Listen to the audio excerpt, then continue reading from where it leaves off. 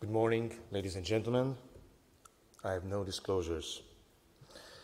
A hybrid Norwood procedure, that is bilateral pulmonary artery banding with the maintaining ductus open with a stent or a prostaglandin, has been used as an initial palliation in various clinical settings, both in hypoplastic and non-hypoplastic left heart patients. The objective of our study was to analyze the clinical outcomes and the echocardiographic changes in left ventricular structures in patients receiving biventricular repair after initial hybrid Norwood procedure. Therefore, we undertook a retrospective review of our patient cohort undergoing this surgical approach. In the period between September 2010 and July 2018, 30 patients with potentially biventricular outcome underwent initial hybrid Norwood palliation. The rationale for this surgical approach was promotion of the left ventricle growth in 14 patients, that of left ventricle outflow tract and or aortic valve in 12 patients, and it was used as a salvage procedure in 4 patients.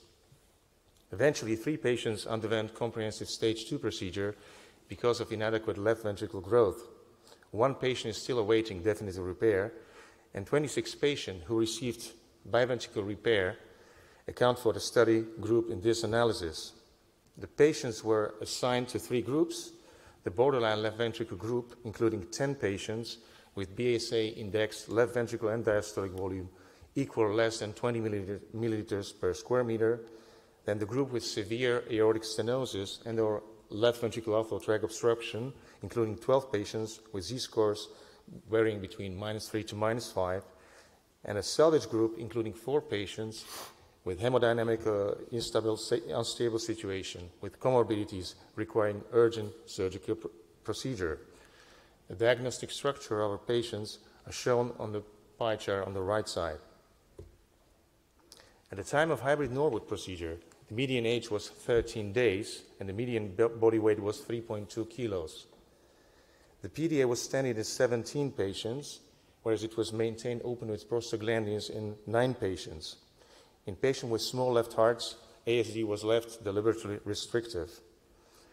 20 patients were discharged home and they entered a home monitoring program, while 6 patients stayed in hospital until biventricular repair.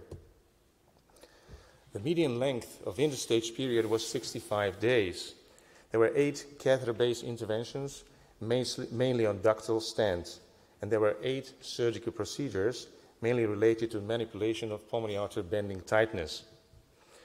A significant growth of left ventricle end diastolic volume and LVOT and aortic valve was noted in the borderline left ventricle group, and the trend towards significant growth was noted in the group with severe left ventricle outflow tract obstruction. At the time of biventricular repair, the median age was 80 days and median body weight was 4.5 kilos. In addition to debanding, 14 patients underwent a classic repair, this aortic arch repair with or without a VSD closure and relief from the left ventricle outflow tract obstruction. 5 patients underwent Yasui procedure, 4 patients Roscono, including 2 patients with arch repairs, 2 patients underwent arterial switch operation with VSD closure and arch repair, and 1 patient underwent truncus repair with truncal valve repair. In a patient with small ventricles, a small ASD of 3 to 4 millimeter was left deliberately open. There are 22 survivors out of 26 patients. 2 patients died early, both after Roscono procedure and arch repair, because of lung bleeding and ECMO complications. There were 2 late deaths, 1 because of right ventricular failure in a patient after unbalanced IVSD repair, and 1 patient died because of sepsis and pulmonary hypertension after Yasui repair. The Kaplan-Meier survival curve in the entire course you can see on the right graph. ECMO was used postoperatively in 4 patients, while 2 patients remained alive.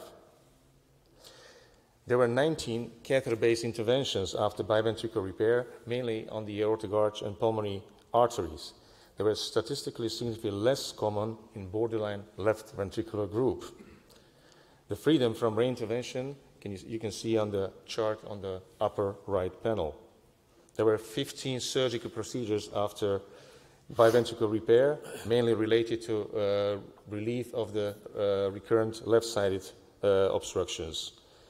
there was no statistically significant difference in freedom from a reoperation among particular groups.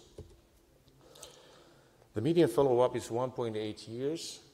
All survivors are in good clinical condition. Left ventricular function remains preserved in all but 2 patients with pre-existing poor left ventricular function.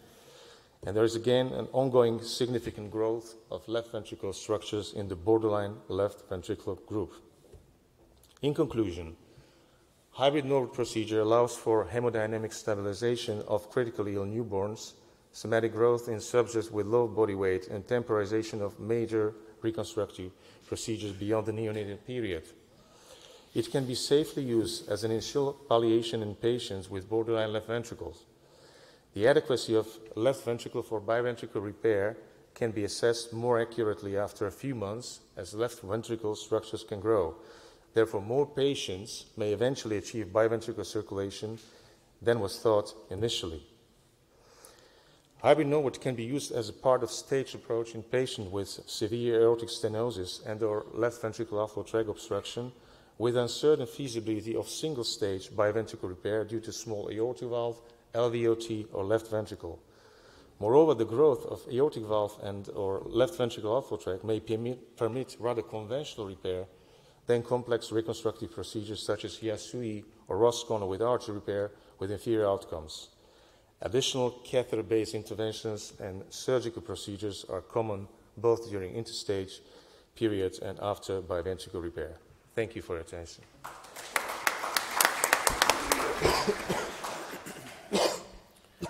It's a very nice presentation. I wonder, much like it was discussed in the previous paper, if you could share with us some of the anatomic features that allow you to make a decision about to proceed with a hybrid intervention.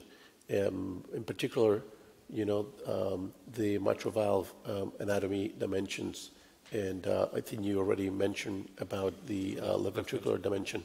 Yeah. So based on that, the question I would have is that it seems to me that most of the issues here relate to the left ventricular outflow tract and the aortic valve. And left ventricle also.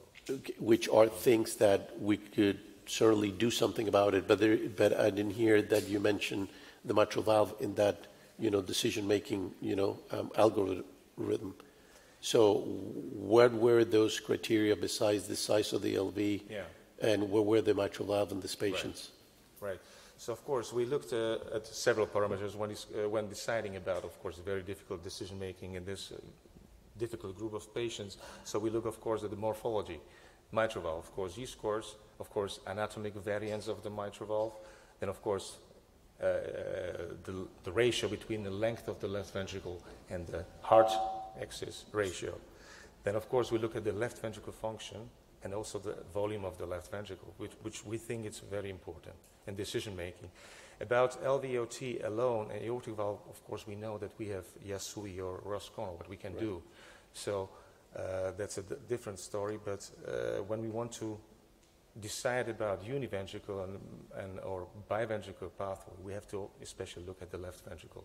So based on those criteria, could you tell us where were the thresholds in terms Yes. of, let's say, Z-scores for the mitral valve? Right. Or specific features of the valve that would say, no, I'm not going to try biventricular repair, I'm going to go and do a hybrid? Yeah. Well, of course, once again, it's not only mitral valve what we look at, but it's one of the parameters. If the mitral valve is smaller than a Z-score -2.5 and less, Okay. we wouldn't proceed immediately with the biventricular repair. First, we go with the hybrid, look at the patient, how he's doing in the next few months, and then we'll decide definitely what's going to happen with the child. What about presence of an arcade or a parachute valve? Yes, of course. This will complicate the story, of course, because we know that if we can't repair the mitral valve well, it's not going to be working fine. Okay, and what would be your threshold criteria on the LVOTO? LVOTO. Well, we had patients. We had a patient who had conventional repair even with Z-scores of -4, yeah, in the aortic valve. Very good. David? Thank you. David Barron from Birmingham. Thank you. I mean, fantastic results.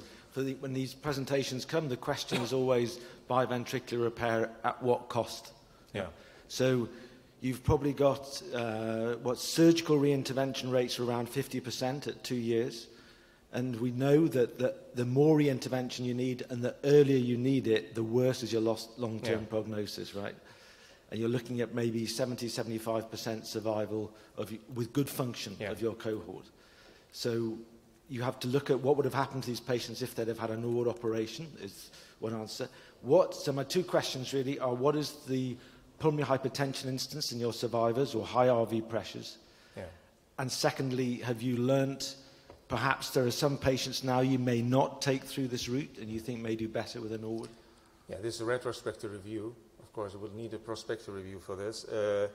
About the pulmonary hypertension, we know that there are several papers already written about it, that this is the concern for the future for these patients. Even though if patients achieve normal diameters or normal dimension, still they are at risk of left atrial hypertension, left ventricular dysfunction, pulmonary hypertension. So we don't know what's going to happen in the next few years. And again, we don't have any cutoff, specific cutoff point. Referring to your second question, that of some of those patients who maybe you think you might not take that route in the future. It's very difficult, really. Yeah. But you don't have an estimate though of RV pressure in the whole group. Sorry? You don't have an estimate of RV pressure in the whole group. In well, terms we didn't of look current specifically status. at it. No. I would echo, some of the comments that I think Dr. Del Nido and his colleagues have made regarding the management of the atrial septum in these patients, and I think that it's a very challenging and tricky proposition to promote left heart growth at the base of pulmonary hypertension. And perhaps I was surprised, for example, that you had a patient after Yasui that died from pulmonary hypertension. So that lets me to believe that it's either the bands were too loose or the patient, in fact, did have pulmonary venous hypertension because, the mitral valve was small. Exactly. Eventually grew some, but obviously that led to pulmonary venous hypertension and the pulmonary hypertension that the patient should have. Yeah. After being banded, you shouldn't have that unless you have an issue related to something that is keeping the pressure elevated in the left atrium. Mm-hmm. So I think that the recommendation, I believe, Dr. Nido's had is that actually you should not leave the atrial septum restricted, at the moment when you're trying to, sort of see what is going to happen with these patients. Am I correct, Pedro? Well, I think there's a danger in doing it, and a bigger danger if you just leave them with a restricted and then don't follow the patient very carefully. That's the key. But I think you're only going to get growth of the chamber if that's what you're seeking. If, as you found, you need some restriction in your atrial septum, you need some gradient. And the magic number we can quibble about, but at least in our experience, is very similar to yours, around 4 or 5 millimeters of mercury. Thank you. Very good. Thank you very much.